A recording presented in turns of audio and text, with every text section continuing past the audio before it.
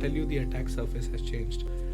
The way hackers used to look at, entering into your systems versus the way they look at entering into your mobile phone to actually gather a lot of personal information, gather financial information, your banking details, and so on and so forth, has actually become a large. What would be your leadership philosophy and how do you emphasize on that and ensure it that is reflected in the organization? Then leaders, we are influencers. We do not follow the pyramid culture. We follow the constellation. And constellation means we are in the middle, the team is all around us, and we kind of act as coaches, right? And when we are in the middle of the constellation, what that really means is that we are trying to cast positive shadow. We are trying to, coach people and create new influences out of this. Young generation essentially are very fast, right? Very, very sharp and cutting edge. But at the same time, principles of ethics and integrity should be followed. And that will take individuals a long way. India needs about 11 lakh cyber soldiers every year. Right, so how do we kind of bring that into the foray? Any cybersecurity myth that you'd like to burst? Not every hacker essentially wears a hoodie. Could be somebody sitting right next to you. So.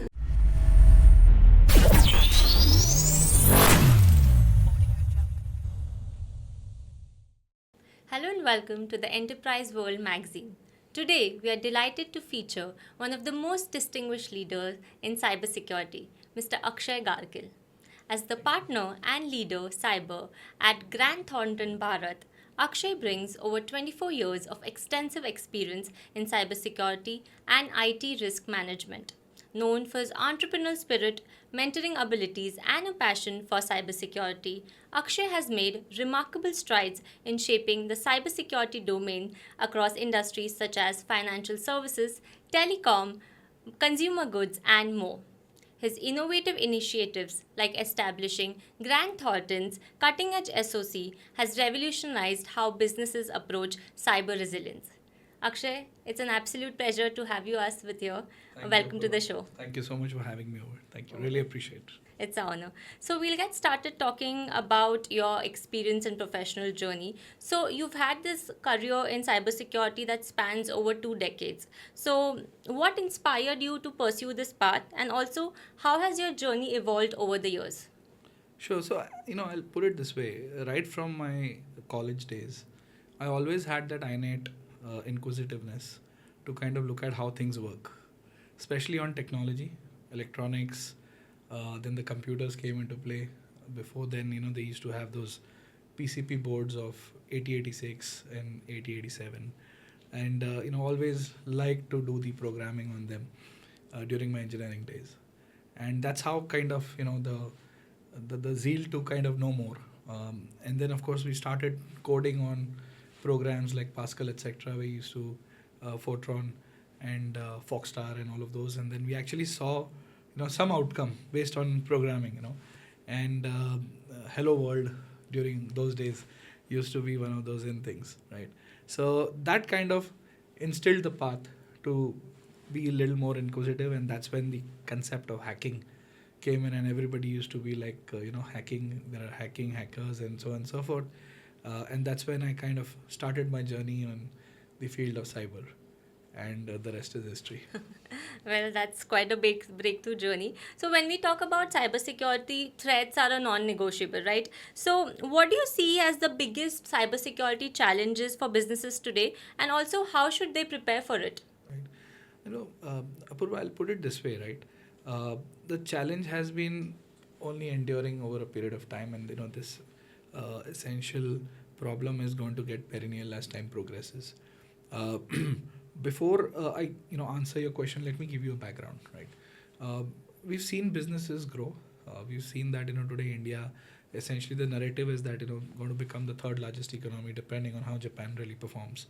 And then based on that, we've also seen startup ecosystem come up the big way. Government of India has done a brilliant job in terms of Invest India and so on and so forth, right? Really pushing the corporates to do more. Handheld mobile phones and mobile apps essentially has become a game changer in today's time. In addition to that, digital, artificial intelligence, machine learning, robotics, and so on and so forth have actually taken center stage for all the businesses. And in addition to that, we've also seen that the need to get very fast and very agile, right? For example, today, it used to be a pleasant surprise when somebody delivers the goods in one day. Now it's 10 minutes. That one day, it's a new norm, right? And quick commerce, as they call, right? So we've seen all of that paradigm change, whether the paradigm change impacts us as human beings, our way of living, or essentially looking at how we operate at work, right? So looking at all of that, uh, I can tell you the attack surface has changed. The way hackers used to look at, you know, entering into your systems versus the way they look at entering into your mobile phone to actually gather a lot of personal information, gather financial information, your banking details, and so on and so forth, has actually become a large threat, right? With that background, what are really businesses worried about, right? I would say the first thing is brand reputation, right? Today, if you look at the boards of organizations, you look at the top management, uh, they are all worried about whether, can my business ever be cyber attacked? If so, then essentially, how soon can I come out of it? Are we really prepared for it, right? And when you want to come out of it, you come out of it with bare minimal impact. And then, do I have the learnings to kind of apply back to the system so that there is very little reoccurrence of those issues once again, right? So, of course, regulatory non-compliance is the biggest challenge. If I'm a entity under a regulatory purview, uh, brand reputation, market reputation in terms of if I'm a listed company, and then of course, making sure that communication across, for example, if you look at the computer emergency response team of India, they expect that every business has to report a cyber attack within 6 hours from the time it has been identified, right, and so on and so forth. So all that communication essentially has to go out, and that's where businesses are really concerned today. That's some really great insights. And I think because you mentioned about various industries like AI and everything, my next question aligns to that.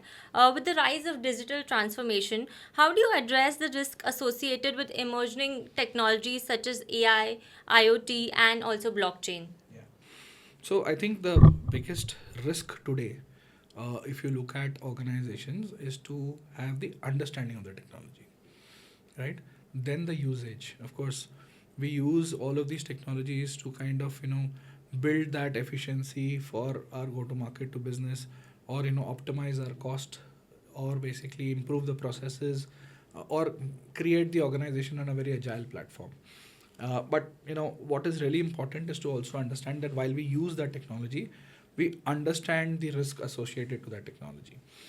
For example, if you look at artificial intelligence, organizations use a lot of solutions, but are they really aware of how those programs have been developed, how the data lake has been developed, how the LLM has been programmed, and based on that, where are the risks associated, and are we applying a proper risk assessment technique, and against the risk assessment technique, are we doing the right level of treatment to it on an ongoing basis? It's not a one-time activity.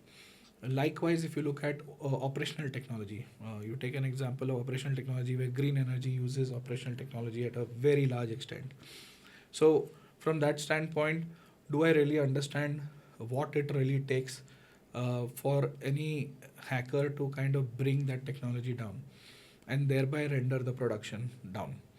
So, if that is the case, then that there is a cost impact to the organization. So, from that perspective, can I really pick that up, right? And say that, okay, these are the 5 top activities I'm going to do to make sure that my operational technology is safe and secure. Earlier, what used to happen, operational technology used to be isolated from the main information technology zones. But now both IT and OT are converging, right? And they're converging for all the right reasons. I can give you examples. If you look at power plant, they use a lot of, in the transmission area, they use a lot of OT. If you look at any manufacturing belt which manufactures cloth today, may run into multiple 100 kilometers of cloth production in a day. printing maybe some few 40-50 kilometers, all of that through robotic arms, right? And that's again a high use of technology. So today, if somebody hacks into the robotic arms and even spoils the printing or spoils, uh, there is a cost impact, there is a delivery impact.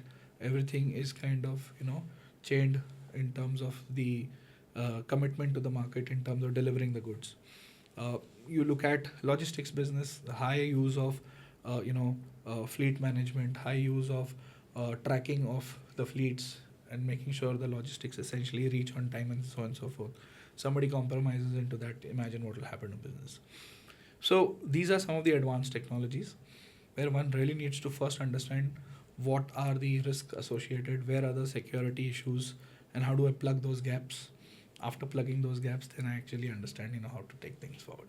So, Akshay, you've had a very decorated career in cybersecurity. So, if I would like to know what would be your leadership philosophy and how do you emphasize on that and ensure that is reflected in the organization?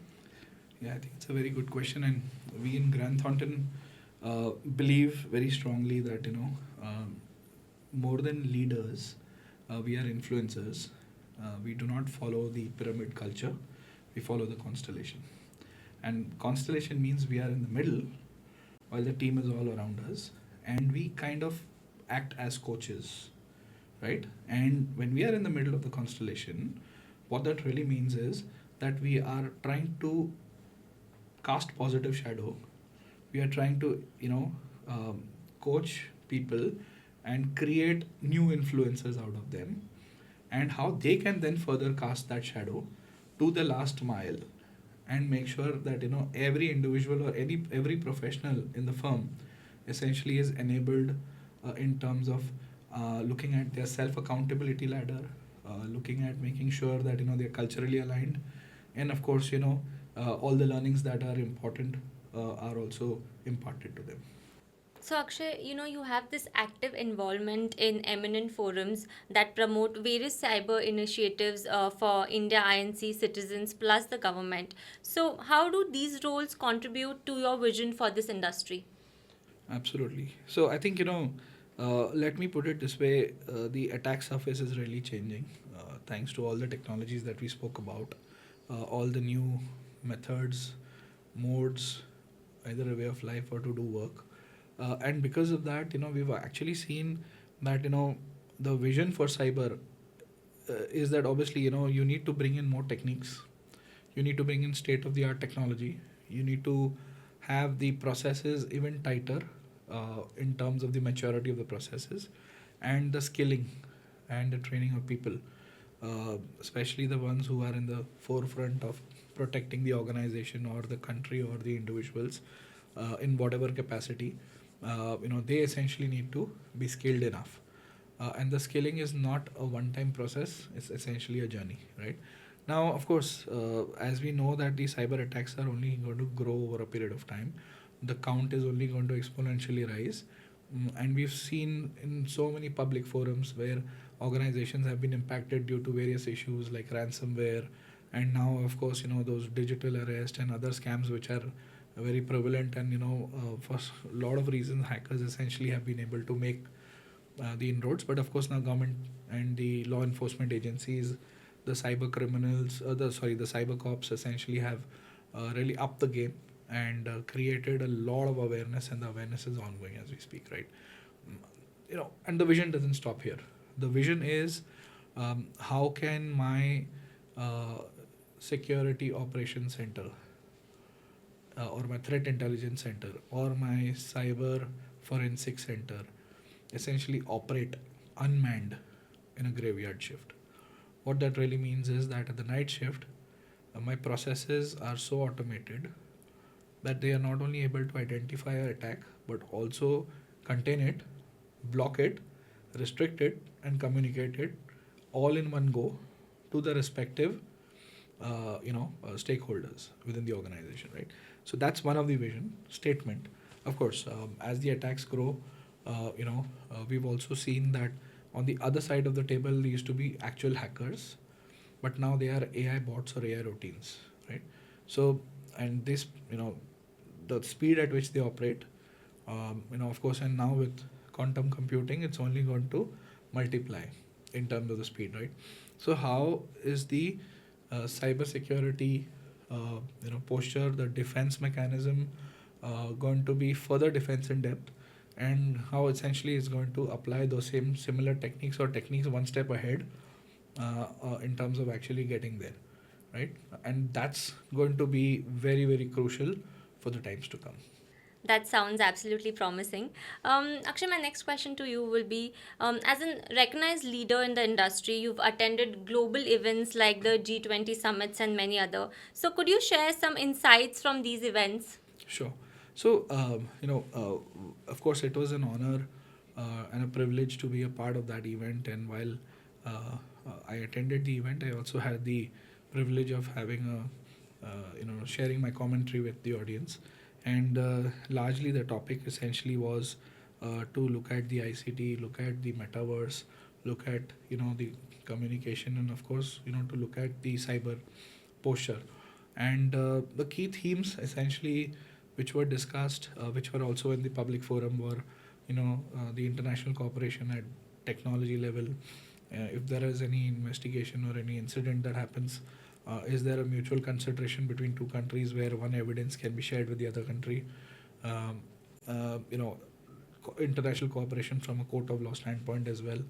And then of course looking at how do we kind of build a common security operations center for the G20 nations and some of the other participating nations. There were about, I think, 8 or 9 more nations.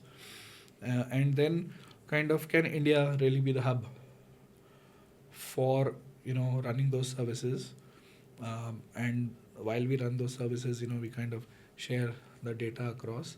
And while the data is shared, which is intelligence data about the threats, either from the dark web or from the deep web, can an international cooperation be applied so that all the nations are benefited out of it, and it's a win-win for all. So that was the key theme, without dwelling too much confidential information. So, Akshay, when we talk about ethics and integrity, it is very important for every business leader, especially of your standing. So, how do you instill it when it comes to cybersecurity? Yeah, I think the way we look at it in terms of offering the services to various businesses, I think integrity and ethics for us and independence is something which is of paramount importance. Of course, quality of service is another area which is very important. And the way we look at things is that there is no compromise to ethics and integrity. Absolutely, those are the principal tenets of our professional, perspective. And the way I look at ethics and the way I look at integrity is that today, if a door is open, right, that is exactly the time where we make sure that we don't kind of do anything unethical within the organization. For example, if you're going and doing a vulnerability test or a penetration test, that's where we stop at a certain extent, rather than actually going and bringing the systems down, especially in the production environment. The other perspective is that we have to do things right in the right way and make sure that all independences are maintained. So if you're identifying a gap, those are reported on actuals, right? We're not brushing anything under the carpet. My other advice to individuals would be that there is no shortcut to success, right? So please do not try to put your one foot above the ground before putting your next foot on the ground. That's very important. And today's young generation essentially are very fast, right? Very, very sharp and cutting edge. But at the same time, principles of ethics and integrity should be followed, and that will take individuals a long way. And always remember, whenever you enter the room, right, your reputation precedes you always. And if you maintain all these principles of quality, ethics, standards, and any other, that is professionalism, all of that, I think you will go a long way. That's amazing. We'll touch a little bit upon diversity and inclusion now. So, diversity and inclusion play a very important role in today's corporate culture. So, how do you foster an inclusive environment in your organization? Yeah. So I think Grant Thornton essentially has taken a huge step in terms of looking at the DNI quotient, and the DNI quotient, of course, is with the of course, making sure that we have female colleagues right from the board, senior level leadership team, to essentially the teams, and we have seen progress right in terms of the percentage of female colleagues who essentially were there earlier versus now. Um, but I think more important to the diversity and inclusion is also about the specially abled people, right? And in the world of cybersecurity, I can tell you uh, uh, there are professionals who are working in the security operations. They have hearing aid issues, but they have eyes on glass, and they are monitoring the incidents and reporting the incidents. And trust me, they're doing a fantastic job, right? Just one example I can give you, and that's how we essentially are taking steps in that direction to also make sure that specially abled professionals are also included in the diversity and inclusion. That's fantastic, sir. So, I'll talk a little bit about the future now. So, what's your vision for the future of cybersecurity in India and also globally? Yeah, see, I think the global footprint is reducing as time speaks, as time progresses. And what I mean by saying that is, it's converging, right? There are organizations who are global in nature. Either they are Indian multinationals or they are global companies who have a presence in India.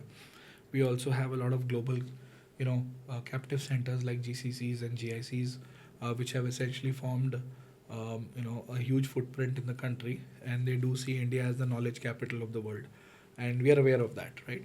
Uh, so from that standpoint as well, uh, you know, uh, uh, we call it as a follow the sun model, where you have cyber vigilance activities which continue, and as you're aware that Purva, we don't have any borders when it comes to cyber attacks or cyber threats. We've seen the Gulf region always being under the threat of distributed denial of service attacks. It is constant. Every month, 1 week in a month, you will find these attacks essentially being there. And if they have an India presence, obviously the monitoring happens right up to the Gulf. Um, UK is the same, US is the same, other progressive geographies in terms of Australia, Singapore essentially are also the same, right? So, given that there are no boundaries, it is important for us to kind of have that eyes on glass, which is independent of the borders, and kind of have that global footprint and the visibility of even shift handovers when they happen.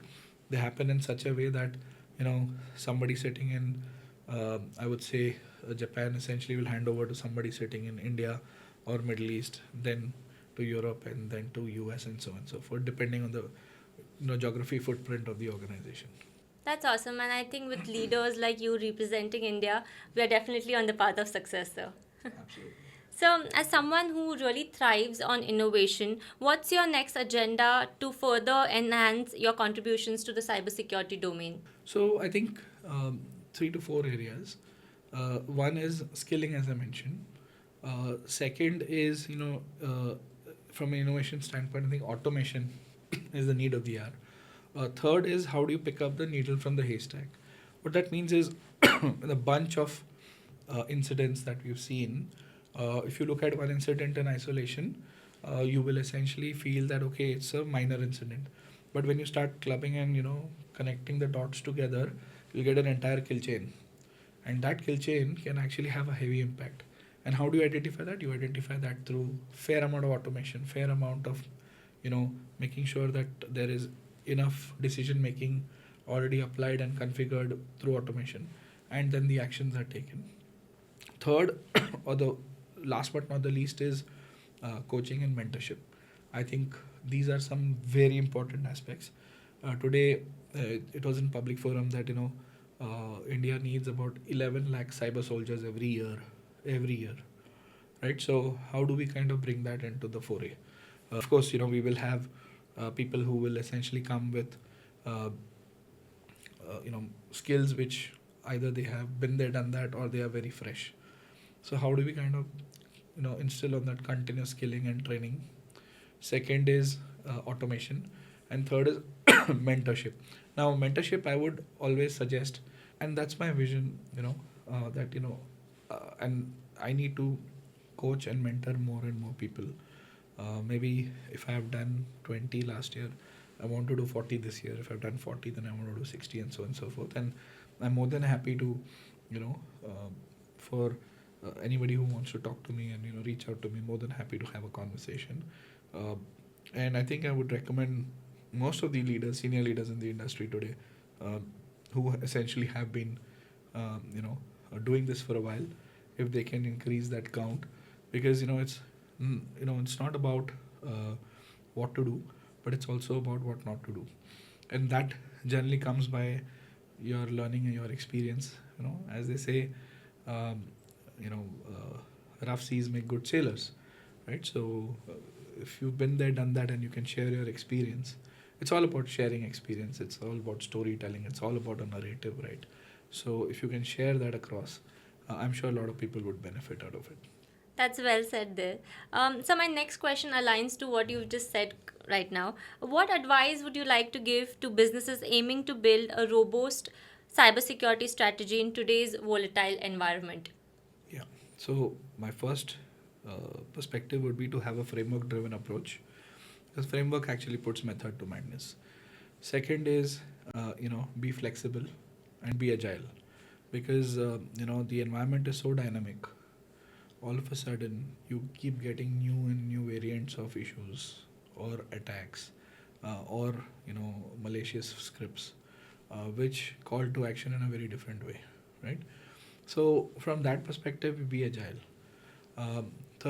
Fourth is, of course, it's important to be profitable, but not going beyond the boundaries of ethics and principles that I already mentioned, integrity, etc. Um, Fifth is, always remember, quality is the best business plan. So be honest to your work, be honest to your delivery. Make sure that whatever you have done is benefiting your client, is benefiting your business that you're supporting today or serving. And at the end of the day, if your quality is top notch or gold standard, I can tell you for sure that the times to come, you will not have clients, but you will have friends. And always remember, build and establish that trust, because many times what happens is, Apurva, we go and make it very transactional, and that's something that we feel that we've done our job, but ideally maybe there's a lots to catch up with. For example, if I kind of go and spend, if you're my client and I come and spend the entire year with you and understanding what are your challenges and how do I support you on your challenges, versus I come spend a month, you give me a scope of work, I come deliver and I leave. From a business strategy perspective, I think cybersecurity companies today really need to also look at how they're going to build their 30, 60, 90-day plan, or their short term, medium term, long term plan. And it's always good to revisit at the time when you reach the medium size stage, or the long term stage, because for all you know, the plan which was built on day one may not be relevant anymore, right? So have that perspective to kind of be adaptable, to be flexible to change.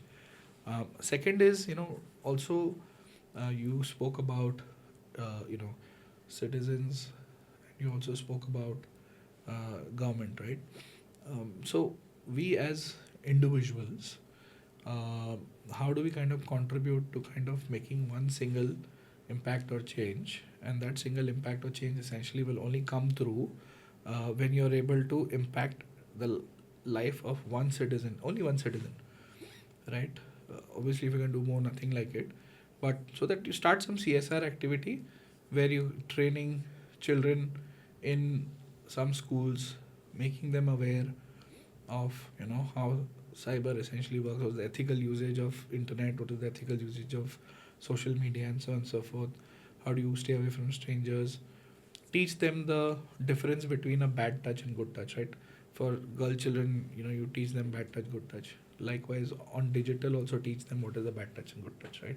I think that's important from a CSR standpoint. And last but not the least, if you can contribute to the government, what that means is government has established so many centers. You have cyber cells available now in every police station. If you find anything which is malicious, go ahead and submit it to the government. Because for all you know, you might be stopping a cross-border attack, which essentially has the potential of attacking our, infrastructure, which is of national critical importance, and making sure that you make Bharat vibrant and keep Bharat vibrant as always at all times. Yeah. That's fabulous, sir. And those are some pearls of wisdom right there. So now it's time for our next segment in this interview, the final one, the rapid fire question. Oh. So you know the drill, sir. I'll ask you a question and you can answer as quickly as possible. That's going to be tough. So it's better than the threat that you face daily. So one word to describe your leadership style. Hands off, completely hands off. Let you do your stuff. As far as there are no client escalations, absolutely hands off. That's great. The first thing that you do while starting any new project. Starting new project. Probably look at the scope and what's the commitment to the client. And of course, last but not the least, the fee. That's very important, right? Quite business oriented. The next question to you is any cybersecurity myth that you'd like to burst? You're asking very tough questions. Trust me, dealing with a threat is easier. So I would say not every hacker essentially wears a hoodie. Could be somebody sitting right next to you. So Great one. The best advice that you've ever received in your career, maybe it is a mentor, anybody you look up to in this space. see, I've received a lot of good advices, and I continue to do so. One advice that I really appreciated was always be surrounded with people who are smarter than you, and hence you get to learn more. And I really love that advice, and that would be my advice to others as well. Well said, well said. One skill that every cybersecurity professional should have. Well, of course, they need to be good at their work. But one skill that they are good at would be, I think, look for more, always. Once you're done, you're still not done. Look for more. That's amazing, sir. That's amazing right there, sir. So it has been a lovely conversation with you and it has been an absolute honor talking to you. So thank you so much for your time and effort for answering all of our questions. And also we are short on time, otherwise I would love to talk to you more. It's my pleasure, and thank you for inviting me over. Yes, sir. Our pleasure. Thank you, Akshai, for sharing your inspiring journey and valuable insights with us here today. Your leadership in cybersecurity and dedication to building a safer digital future are truly commendable. To our viewers, if you'd like to learn more about Akshai's professional journey, stay tuned to the Enterprise World magazine. Thank you for joining us here today, and we look forward to bringing you more inspiring stories. Stay secure and innovative.